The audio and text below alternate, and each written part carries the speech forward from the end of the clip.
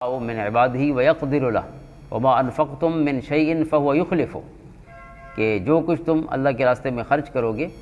فہو یخلفہ، اللہ تعالیٰ فوراً اس کمی کو پورا کر دے گا۔ یعنی یہ جو تم اللہ کے راستے میں دیتے ہو تو اس کا فائدہ تمہیں ہے کہ اللہ تعالیٰ اس کا بدلہ دنیا میں بھی عطا فرمائے گا، آخرت میں بھی عطا فرماتا ہے۔ تو اس لیے پہلا ادب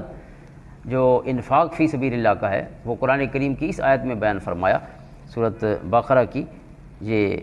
آیت کریمہ ہے 267، یعنی اللہ کی راہ میں عمدہ چیز خرچ کرو اور ناقص چیز اللہ کے راستے میں نہ دو، اور اللہ بے نیاز ہے۔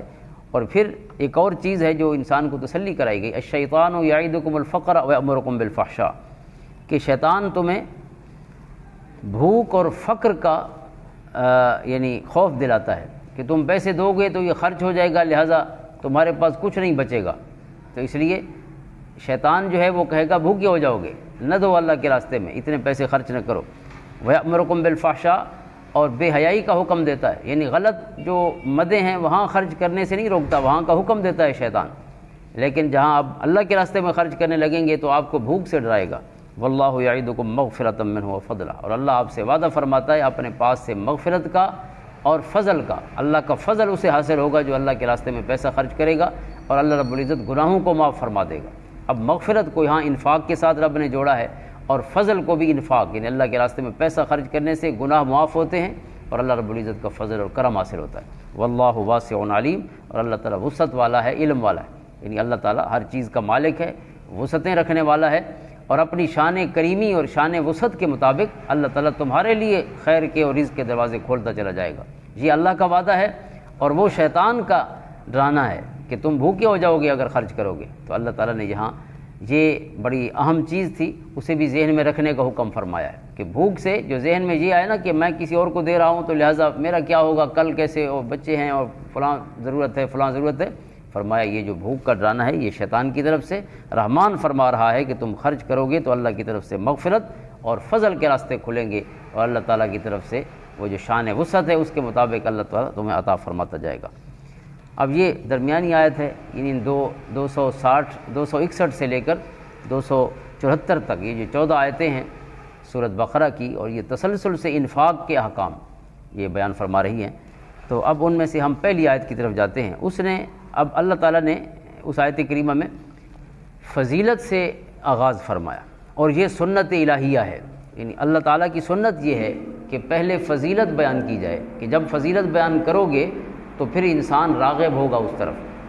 تو اب یہ فضیلت یوں بیان کی گئی انفاق کی، مثل الذین ينفقون اموالهم فی سبیل اللہ کمثل حبۃ انبتت 7 سنابل فی کل سنبلۃ 100 حبۃ، کہ اللہ کی راہ میں پیسہ خرچ کرنے کی مثال اس طرح ہے کہ کوئی ایک دانہ زمین میں کاشت کیا جائے، بویا جائے، اور پھر اس سے 7 خوشے نکلیں، اور ہر خوشے میں پھر 100 دانے ہوں، 100 حبہ۔ ایک دانہ گیا زمین میں، پھر جو اس سے باہر آیا، یعنی جو پروڈیوس ہوئی، جو پیداوار ہوئی، تو ایک کی بجائے ایک دانے سے 7 خوشے آئے، اور ان میں سے ہر خوشے پر 100 دانے تھے، یعنی ایک دانہ جو ہے وہ 700 میں بدل گیا۔ تو اللہ فرماتا ہے اللہ کی راہ میں پیسہ خرچ کرنے کا اجر اس طرح ہے کہ ایک کی اللہ تعالیٰ 700 عطا فرماتا ہے۔ واللہ یضاعف لمن یشاء، جسے چاہتا ہے پھر ڈبل فرما دیتا ہے، جس کے لیے چاہتا ہے، یعنی 700 کے 1400 بدلہ ہو جائے گا۔ واللہ واسع علیم، اور 1400 بھی آخری نہیں، وہ وسعت والا ہے۔ جیسے وہاں بھی اللہ نے اپنی صفت واسع بیان فرمائی اس آیت کے آخر میں، یہاں بھی اللہ تعالیٰ نے صفت واسع بیان فرمائی، وہاں بھی غنی کی صفت بیان ہوئی ہے، اور یہاں بھی ایک آیت چھوڑ کے پھر واللہ غنی حلیم، اللہ کی صفت بے نیازی بیان فرمائی گئی، کہ پیسوں کے یہ احکام سن کر کسی کے دل میں یہ غلط فہمی پیدا نہ ہو کہ اللہ ضرورت مند ہے، جیسے یہود نے کہا تھا، قرآن کریم ہے لقد سمع اللہ قول الذین قالوا ان اللہ فقیر ونحن اغنیاء، کہ کیا ہم امیر ہیں اور اللہ تعالیٰ نعوذ باللہ وہ فقیر ہے کہ ہم سے مانگتا ہے، یہود نے کہا۔ تو اللہ تعالیٰ یہاں بار بار فرما رہا ہے وہ غنی ہے، بے نیاز ہے، اسے کسی پیسے کی ضرورت نہیں، یہ جو تم خرچ کر رہے ہو اس کا فائدہ خود تمہیں ملنا ہے، کہ 1400 گنا یا بے حساب۔ واسع کا مطلب صفت واسع بتا رہی ہے کہ اللہ تعالیٰ بغیر حساب کے بھی اجر دے دیتا ہے، ایک ہی روپے کا۔ تو اس کے بعد پھر مسلسل آداب ہیں جو اللہ تعالیٰ نے خرچ کرنے کے آداب بیان فرمائے۔ اب خرچ کرنے کا جو پہلا ادب ہے وہ الذین ينفقون اموالهم فی سبیل اللہ ثم لا یتبعون ما انفقوا منا ولا اذى، یہ ادب ہے خرچ کرنے کی۔ اللہ فرماتا ہے کہ جو لوگ اللہ کے راستے میں پیسہ خرچ کرتے ہیں اور پھر انفاق کے بعد، پیسہ خرچ کرنے کے بعد وہ یہ دو برائیاں نہیں کرتے۔ ایک برائی ہے من، احسان نہیں جتلاتے کہ میں نے آپ کو پیسے دیے۔ احسان جتلانا یعنی کسی کو آپ نے اگر غریب کی مدد کی ہے تو اس کے بعد آپ پھر احسان جتلائیں کہ میں نے آپ کو یہ پیسے دیے ہیں یا آپ کی مدد کی ہے۔ تو دوسرا ہے عذاب، کہ اسے تانا دینا کہ میں نے تو آپ کو فلاں موقع پر یہ پیسے دیے ہیں، فلاں موقع پر پیسے دیے ہیں، تانا دے کر ایذا اور تکلیف پہنچانا، یا اس کو احسان جتلانا اس پر۔ اب احسان جتلانا جو ہے یہ زبانی اور لفظوں کی صورت میں بھی ہو سکتا ہے اور یہ جسچرز میں بھی ہو سکتا ہے۔ یہ انسان جس کو ایک دفعہ پیسے دے دے پھر اس کے بعد یوں سلوک کرے کہ یہ جیسا بہت بڑا محسن ہو اس کا، اسے کم تر سمجھے، اپنے آپ کو اعلیٰ افضل سمجھے ڈیلنگ میں، تعلقات میں، معاملات میں، تو یہ عملی طور پر احسان جتنا نہیں ہوگا کہ انسان اپنے آپ کو افضل سمجھے، عملی طور پہ اسے ہر وقت اپنے حقیر اور کمزور یا ذلیل ہونے کا احساس دلائے۔ تو یہ عملی بھی ہو سکتا ہے اور یہ زبانی بھی ہو سکتا ہے، دونوں سے منع فرمایا گیا۔ اور دوسری چیز ہے کہ کبھی تانا نہیں دینا چاہیے، تانا دے کر تکلیف نہیں پہنچانی چاہیے۔ یہ خرچ کرنے کے آداب میں سے ہے، کبھی بھی احسان نہ جتلائے اور کبھی بھی اس کو تانا دے کر تکلیف نہ پہنچائے۔ اب جنہوں نے اس انداز میں پیسہ خرچ کیا، لہم اجرہم عند ربہم، ان کا اجر جو ہے وہ اللہ کے ذمہ کرم ہے۔ ولا خوف علیہم ولا هم یحزنون، نہ انہیں خوف ہوگا نہ غمگین ہوں گے۔ اور پھر قرآن فرماتا ہے قول معروف و مغفرۃ خیر من صدقۃ یتبعها اذى، کہ اس صدقے سے جس کے بعد آپ جس کو پیسے دیے ہیں اسے تکلیف پہنچائیں، جس صدقے کے بعد، جس خیرات کے بعد تکلیف اس کے پیچھے آئے۔ آپ نے پیسے تو دے دیے، کسی کو 1000 2000 دے دیے، لیکن اس کے بعد مسلسل اسے تانے دیتے رہیں یا تکلیف پہنچاتے رہیں، تو اللہ فرماتا ہے اس سے بہت بہتر ہے کہ انسان کوئی اچھی بات کر لے، یا مغفرت، یا کسی کو معاف کر دے، بخشش اور قول معروف، بہترین چیز، یہ بہترین صدقہ ہے، یہ بہترین چیز ہے اس صدقے کی نسبت کہ جس کے بعد تکلیف ہو۔ اب اس میں کئی مفاہیم علماء نے بیان فرمائے۔ ایک مفہوم یہ ہے کہ اگر کوئی مانگنے والا آئے تو آپ کبھی بھی اسے ڈانٹیں نہیں، اگر دے سکتے ہیں تو دیں، اگر نہیں دے سکتے تو بہترین انداز میں اسے منع کریں، یعنی اس میں ڈانٹ ڈپٹ نہیں ہونی چاہیے اور عزت نفس کو مجروح نہیں کرنا چاہیے اور گرم نہیں ہو جانا چاہیے۔ تو قول معروف ضروری ہے، دے سکیں یا نہ دے سکیں، دے دیں تو اس کے بعد بھی قول معروف ہے، اگر نہ دے سکیں تو پھر تو زیادہ ضرورت ہے کہ آپ پیسے بھی نہیں دے رہے اور کم سے کم میٹھے بول بھی دینے کی سکت اور توفیق آپ کو نہیں ہوئی، تو اس لیے اگر نہ بھی کرنی ہے تو اس نہ میں بھی بہترین ادب کا انداز ہونا چاہیے۔ قرآن یہ تعلیم فرما رہا ہے۔ اب پھر ڈائریکٹ حکم فرمایا اہل ایمان کو خطاب فرما کے، یا ایھا الذین آمنوا لا تبطلوا صدقاتکم بالمن والاذى کالذی ينفق مالہ رئاء الناس ولا یؤمن باللہ والیوم الآخر فمثلہ کمثل صفوان علیہ تراب فاصابہ وابل فترکہ صلدا۔ فرمایا جو شخص، پہلے تو فرمایا کہ اے ایمان والو صدقات کو باطل نہ کرو احسان جتلا کر اور تانا دے کر،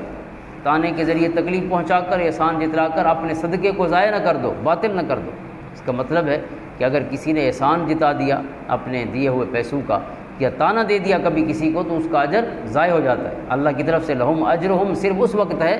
جب لا یتبعون ما انفقوا منا ولا اذى، اگر احسان جتلا دیا کسی پر عملی طور پر یا زبانی طور پر یا اسے تکلیف پہنچا دی تانا دے کر، تو انسان کا اجر اللہ کے پاس سے ضائع ہو جاتا ہے، پیسے بھی دیے ہیں اور حاصل بھی کچھ نہیں ہو۔ تو اس لیے یہ بڑا اہم حکم ہے قرآن کریم۔ اب اس کے ساتھ ہی قرآن کریم نے مثالیں دی ہیں، یعنی جو اللہ کے لیے اخلاص سے پیسے خرچ کرتا ہے اور اللہ کے احکام جو آداب کی صورت میں انہیں ذہن میں رکھ کے خرچ کرتا ہے، اس کا بدلہ کیا ہے اور جزا کیا ہے۔ اور جو پیسے خرچ تو کرتا ہے لیکن ادب کا خیال نہیں رکھتا، بغیر آداب کے خرچ کرتا ہے، تو اس کا رزلٹ اور نتیجہ کیا ہے۔ اس کے لیے دو تین مثالیں قرآن نے دی ہیں۔ پہلی مثال تو یہ ہے، فرمایا جو دکھاوے کے لیے پیسہ خرچ کرتا ہے، کالذی ينفق مالہ رئاء الناس ولا یؤمن باللہ والیوم الآخر، اللہ پر اس کا ایمان نہیں ہوتا اور یوم آخر پر ایمان نہیں ہوتا، صرف لوگوں کو دکھانے کے لیے پیسہ خرچ کرتا ہے، یا پیسے کے بعد تکلیف پہنچاتا ہے یا احسان جتلاتا ہے۔ یہ تین چیزیں اب ہو گئیں جن سے قرآن منع فرما رہا ہے، ایک احسان جتلانا، ایک تانا دینا پیسہ دینے کے بعد، اور تیسرا ہے دکھاوے کے لیے پیسہ خرچ کرنا۔ یہ تینوں چیزیں ان کی مثال اس طرح ہے کہ فمثلہ کمثل صفوان، ایک چٹان ہو، پتھر ہو، پتھر کے اوپر علیہ تراب، اس پر مٹی پڑی ہو، فاصابہ وابل، اور پھر تیز بارش آئے، وابل کہتے ہیں واچھڑ کو، سریکی میں ہم کہتے ہیں واچھڑ، تیز بارش، وابل تیز بارش آئے، فترکہ صلدا، اور وہ جو پتھر پر مٹی پڑی ہوگی تو ظاہر ہے وہ بالکل اس کو چٹیل بنا دے گی، ساری مٹی دھل جائے گی، تو پتھر پر کچھ نہیں بچے گا۔ اب یہ مثال اس لیے دی جا رہی ہے کہ قرآن کریم نے اس موضوع کو شروع کیا ہے، زمین میں دانہ جو ہے، جو بویا جاتا ہے، کاشت کیا جاتا ہے، ایک دانے سے 7 خوشے نکلتے ہیں، ہر خوشے میں پھر 100 دانہ ہوتا ہے، تو وہ تو ہے رزلٹ اورینٹڈ خرچ، جس کا نتیجہ نکلا ہے کہ ایک دانہ 700 بن گیا ہے، یا 1400 بن گیا، یا بغیر حساب بن گیا۔ لیکن جس نے دکھاوا کیا، دکھاوے کے لیے پیسہ خرچ کیا، یا تکلیف پہنچائی، یا احسان جتلایا، اس کا اس طرح ہے جیسے وہ چیز پتھر ہو۔ اب پتھر پر جب جتنا پانی برستا رہے، وہ جو مٹی پڑی ہے، مٹی نے رزلٹ کیا دینا ہے، مٹی فرٹائل اور زرخیز کیا ہونی ہے، وہ مٹی خود دھل جائے گی۔ جب مٹی پتھر سے دھل جائے گی تو اس پتھر سے اب کیا رزلٹ آنا ہے؟ تو بالکل فترکہ صلدا، یہ بے قیمت اور بے نتیجہ۔ تو فرمایا اگر بندہ پیسہ بھی خرچ کرے اور اس پیسے کے پیچھے یہ چیزیں ہوں تو وہ ایسا ہی ہے کہ جیسا انسان اپنے ہاتھوں سے سب کچھ ضائع کر دے، کہ پتھر پر جب بارش آتی ہے تو وہ مٹی جو ہے وہ زرخیز نہیں ہوتی، وہ پھل نہیں دیتی، بلکہ مٹی دھل جاتی ہے، پیچھے صرف خالی پتھر بچ جاتا ہے، یعنی وداؤٹ اینی ییلڈنگ اینی رزلٹ، کوئی نتیجہ اور رزلٹ اور پروڈیوس سامنے نہیں آتی۔ لا یقدرون علی شیء مما کسبوا، انسان جو اس نے کمایا ہو اس پر کوئی اس کی قدرت نہیں ہوتی۔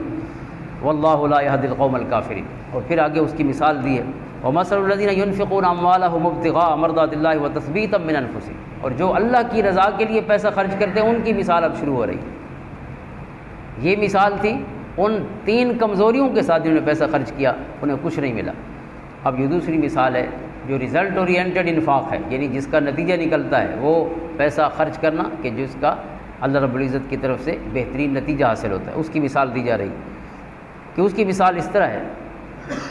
کمثل جنت بربوۃ،